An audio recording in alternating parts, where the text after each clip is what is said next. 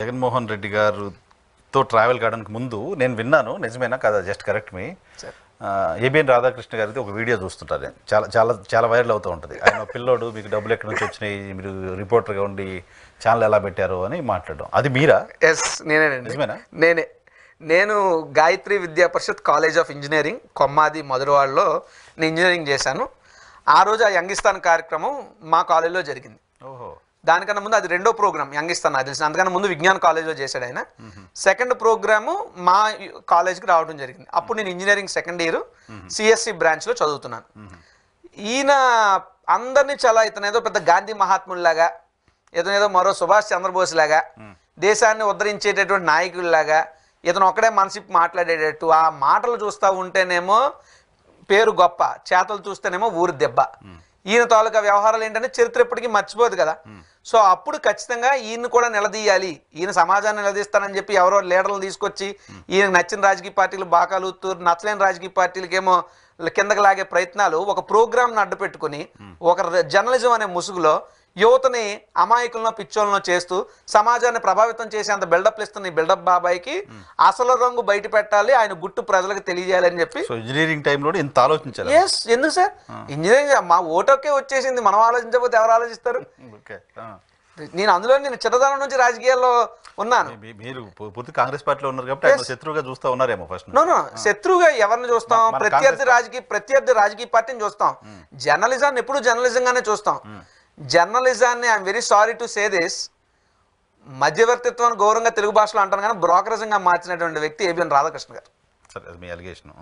So what ever it may be, if it is wrong up to you, I will take my word back also. Okay, అందుకే మధ్యవర్తిత్వాన్ని గౌరవంగా అన్నా. అటువంటి వ్యక్తిని ఇప్పుడు ఒక్కొక్క వ్యవస్థను ఒక్కొక్కరు పాడు చేస్తూ ఉంటే తప్పు అవుతుంది కదా.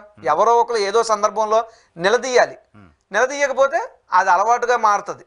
సో డెఫినెట్గా దాన్ని ఆలోచన చేశాను, దాన్ని అడిగాను. నేను అడిగిన దాంట్లో తప్పేం లేదు. ఏమడిగారు? మీరు ఒక 20 సంవత్సరాల క్రితం ఏబిఎన్ రాధాకృష్ణ గారు సైకిల్ మీద వెళ్ళేవారని, కాళ్ళకి చెప్పులు కూడా ఉండేవి కాదని, చాలా కింద స్థాయిలో ఉండేవారని, 20 సంవత్సరాల తర్వాత ఏబిఎన్ దమ్ముని న్యూస్ ఛానల్ అని ఒక న్యూస్ ఛానల్ పెట్టగలిగారే, 20 ఏళ్ల కాలంలో అంత డబ్బులు మీరు ఎలా సంపాదించారు రాధాకృష్ణ గారు అని నేను అడిగాను. ఆయన స్టన్ అయిపోయాడు. నేనా న్యూస్ ఛానల్ అండి ఎలా పెట్టగలిగారంటే దానికి సమాధానం లేదు.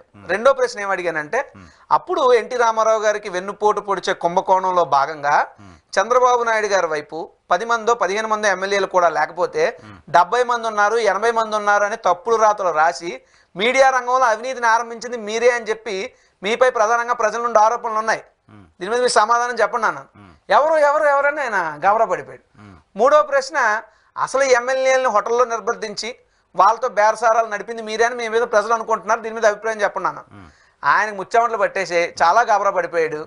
పడిపోయి నువ్వు నమ్ముతున్నావా, ప్రజలు అనేది ఒక బ్రహ్మ పదార్థం అన్నాడు. కావాలంటే వీడియోలో ఉంటుంది చూడండి.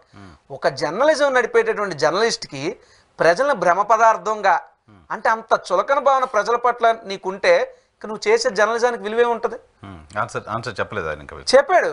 దానికి తర్వాత వీడియో ఏబిఎన్ ఛానల్లోనే ఎక్కడో ఉంటుంది, మరి అలా బయట పెట్టాలి నేనే కాబట్టి ఆయన చెప్పిన సమాధానం కూడా మీకు నేను చెప్తాను. లైవ్ అది లైవ్ ఆయన ఏం చెప్పాడంటే, జస్ట్ ఓ 20 మందితో కలిపి మేము పెట్టాం ఛానల్ అండి. ఎంతంటే 20 కోట్లతో పెట్టాను.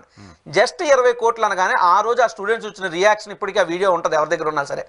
ఆ 20 కోట్లు ఎలా వస్తాయి అంటే, ఏడాదికి 1000 కోట్ల రూపాయలు సంపాదించావు. ఎలా సంపాదించావు ఏడాదికి కోటి? నువ్వు ఒక జర్నలిస్ట్వి, మామూలు జర్నలిస్ట్వి, కింద స్థాయి ఏ ఛానల్లో పనిచేసావు, ఆ ఛానల్ కొనేసావు, ఇంత పెద్ద వ్యవస్థను ఏర్పాటు చేసావు అంటే దానికి సమాధానం చెప్పలే. నెక్స్ట్, ఈయన ఏదైతే ఈ వ్యవహారం చంద్రబాబు నాయుడు గారిని ముఖ్యమంత్రి చేసే వ్యవహారం నడిచిందో దాన్ని ఒప్పుకున్నాడు. ఎస్, నేను ఆ రోజు చేశాను, నేను లక్ష్మీపార్వతిని ఒక దుష్టశక్తిగా నేను నమ్మాను కాబట్టి నేను వ్యవహారం నడిపాను. ఈ రోజుకి నేను చంద్రబాబుని చంద్రబాబు అని పిలవగలిగే ఏకైక వ్యక్తి తెలుగు రాష్ట్రాల్లో కానీ ఇండియాలో కానీ ఏబిఎన్ రాధాకృష్ణ ఒక్కడే. ఎందుకంటే నేను ఎప్పుడు చంద్రబాబు దగ్గర చేయి జాతలేదు, చంద్రబాబు నా దగ్గర ఏమైనా ఆశిస్తాడు తప్పితే నేను చంద్రబాబు దగ్గర ఏమి ఆశించలేదు. ఈ మాట అన్నాడు. కావాలంటే లైవ్ ఉంటుంది, మళ్ళీ కావాలంటే వీడియోలు ఏదో రకంగా మనం తీద్దాం, మీకు కావాలని చూపిస్తాను. మీరు ఈహా టీవీ వేదికగా ఈరోజు నేను చెప్తున్నాను, చంద్రబాబుని చంద్రబాబు అని పిలవగలిగే వ్యక్తి ఒక రాధాకృష్ణ అని చెప్పి మొత్తం విద్యార్థి లోకం ముందున ఏబిఎన్ రాధాకృష్ణ గారు మాట్లాడారు. సో ఆయన 20 కోట్లు ఎలా వచ్చినాయో సమాధానం చెప్పలేదు. అది 20 కోట్లతో పెట్టాడా 200 కోట్లతో పెట్టాడా అనేది సెకండరీ. ముందు ఆయన చెప్పిన మాట కూడా ఆయన దగ్గర ఆన్సర్ లేదు. రెండోది, చంద్రబాబు నాయుడు వ్యవహారంలో నేను చేశానని ఒప్పుకున్నాడు. ఎందుకు చేశానంటే లక్ష్మీపార్వతిని దుష్టశక్తిగా నమ్మాను అన్నాడు. చంద్రబాబు రకంగా నేనే లైఫ్ ఇచ్చానని చెప్పాడు. Okay okay. తర్వాత మీ కాలేజ్ వాళ్ళ వైపు నుంచి మీ పైన సీరియస్? అయ్యో, మీరు ఆ వీడియో చూస్తే ఆ కాలేజీలో ఉన్నటువంటి ఒక స్టాఫ్ ఒక ఆయన ఉంటారు స్పెట్స్ పెట్టుకుని వెనకాలే, నా షర్ట్ పట్టుకుని అంటే వాళ్ళకి టెన్షన్ వస్తుంది కదా, ఏమో కాలేజ్ రెప్యుటేషన్ ఏమైపోద్దో ఏంటి కుర్రాడు ఇలా డైరెక్ట్గా అడిగేస్తున్నాడు ఇలా ఉంటుంది. సో డెఫినెట్గా ముందు భయపడ్డారు కాలేజ్ వాళ్ళు, కానీ తర్వాత ఏమనలేదు పెద్దగా. కాకపోతే ముందు కొంపలు తగలెట్టిలాగా ఉన్నాయండి బాబును ఏమన్నా అని చెప్పేసి. సో అదొక సందర్భం. అక్కడ నేను ఎట్టి పరిస్థితుల్లో రాజకీయ నాయకుల్లా మాట్లాడలేదు సార్, స్టూడెంట్ లీడర్ అంతవరకే. రాజకీయాలు ఏమన్నా కాలేజ్ బయట, కాలేజ్ లోపల ఏ రోజైనా విద్యార్థుల సమస్యల మీద మేము నిలబడతాం తప్పితే అక్కడ మాకు రాజకీయాలతో అవసరం ఉండదు. మోరోవర్ ఆయన మాకు రాజకీయ ప్రత్యర్థి కానే కాదు, జర్నలిజంలా చేయమని చెప్పడం మా ఉద్దేశం. అది కాకుండా ఆయన ముసుగేసుకుని పెద్ద ఇదిగా బిల్డప్ ఇస్తుంటే అది కాదు, మీ యొక్క అసలు రూపం ఇది, దీనికి సమాధానం చెప్పి అప్పుడు మీరు సమాజాన్ని ప్రశ్నించండి అని చెప్పి నిలదీశాను నేను. అంతే తప్ప ఇంకోటి కాదు. చంద్రబాబు నాయుడు గారికి లేఖ రాశారంటే ఏంటి? చంద్రబాబు నాయుడు గారికి నా 5th స్టాండర్డ్లో రాశాను సార్, 5వ తరగతిలో లేఖ రాశాను. అది ఒక బస్కి సంబంధించినటువంటి ఇన్సిడెంట్ అయితే అప్పుడు సో దాని మీద రాశాను. ఆయన స్పందించారు కూడా, చంద్రబాబు నాయుడు గారు. నా 5th స్టాండర్డ్లో అప్పుడు ఆయన ముఖ్యమంత్రి, ఓ బస్సుకు సంబంధించినటువంటి కండక్టర్ల విద్యార్థులతో ప్రవర్తన ఇది బాగాలేదు, దీనివల్ల విద్యార్థులు ఫ్రీ బస్ పాస్ హోల్డర్స్ బాధపడుతున్నారు, ఇబ్బంది పడుతున్నారు, అందులో ఇబ్బంది పడిన బాధితుల్లో నేను కూడా ఒకడిని. సో అప్పుడు ఆయనకి ఆ యొక్క ఇన్సిడెంట్కి సంబంధించి పూర్తి వివరాలతో లేఖ రాశాను. 3 నెలల తర్వాత ఆయన నుంచి రిటర్న్ లెటర్ వచ్చింది నాకు. ఆయన ఎంక్వైరీ కమిషన్ వేసాడు, ఒక ఎంక్వైరీ చేశారు, దాని మీద దోషులను ఎవరినో ఐడెంటిఫై చేసాం.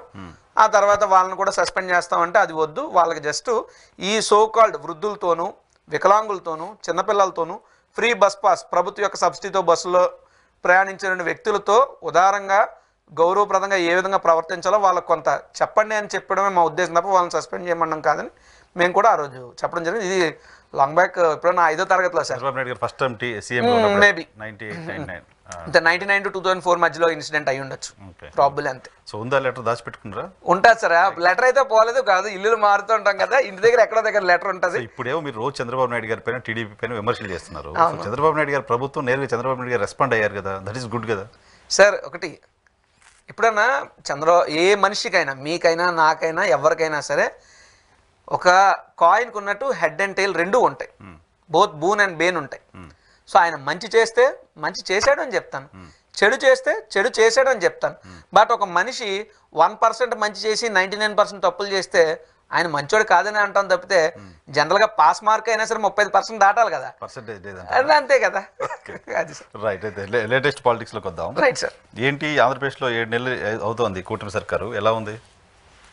కూటమి సర్కారు పబ్లిసిటీ పీకు, రియాలిటీ వీకు, ఈ 2 మాటల నుంచి మాట్లాడటానికి ఇంకేం లేదు.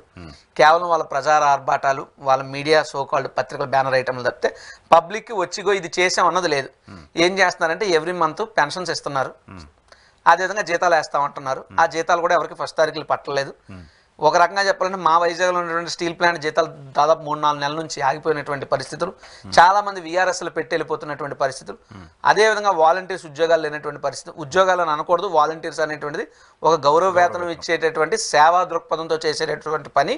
వారిని కూడా దాని నుంచి తప్పించేశారు పూర్తిగా. ప్రభుత్వానికి ప్రజలకి మధ్య ఒక సేవా వారధులుగా ఎవరైతే ఉండేవారో వాలంటీర్స్ ఉన్నారో ఆ వ్యవస్థను మొత్తం నాశనం చేశారు. సచివాలయ ఉద్యోగస్తుల మీద పూర్తి ప్రెజర్స్ పెంచేశారు. ఒకప్పుడు వాలంటీర్ ఉంటే ఒక వాలంటీర్ ఒక 50 ఇళ్ళు చూసే బాధ్యత మేము ఇచ్చాం, కానీ ఈరోజు ఒక సచివాలయ ఉద్యోగి సుమారు 750 ఇళ్ళ బాధ్యతని అప్పచెప్తున్నారు. వాళ్ళ పని చేయలేక సచివాలయ ఉద్యోగులు కూడా 10 మంది ఉంటారు కదా సచివాలయంలో, 750 ఇళ్ళకి ఎందుకు ఇవ్వాల్సి వస్తుంది? మరి ఇస్తున్నారు, కావాలని వీళ్ళు తగ్గిస్తున్నారు. కొంతమంది పని చెప్పట్లేదు, కొంతమంది జీతాలు ఇవ్వట్లేదు, వాళ్ళని రకరకాలుగా ఇబ్బంది పెడుతున్నారు. ఇక్కడ ఉన్నటువంటి ఉద్యోగులు వేరే డిపార్ట్మెంట్కి షిఫ్ట్ చేస్తున్నారు. సో ఆ రకమైనటువంటి అంటే జగన్మోహన్ రెడ్డి గారు తీసుకొచ్చినటువంటి వ్యవస్థల్ని నాశనం చేయడం ద్వారా ప్రజల్లో ఆయనకు వచ్చినటువంటి మంచి పేరును మాపాలనేటువంటి ఒక ప్రయత్నం జరుగుతుంది. కానీ అరచేత్తో సూర్యుడిని ఆపాలనుకోవడం ఎంత అవివేకమో, జగన్మోహన్ రెడ్డి గారు తీసుకొచ్చినటువంటి వెల్ఫేర్ స్కీమ్స్ కానీ ఆయన యొక్క అడ్మినిస్ట్రేషన్ కానీ పాడు చేయాలన్నా, మసిబూసి మారేడుగా చేయాలన్నా వాళ్ళ వల్ల కాదు.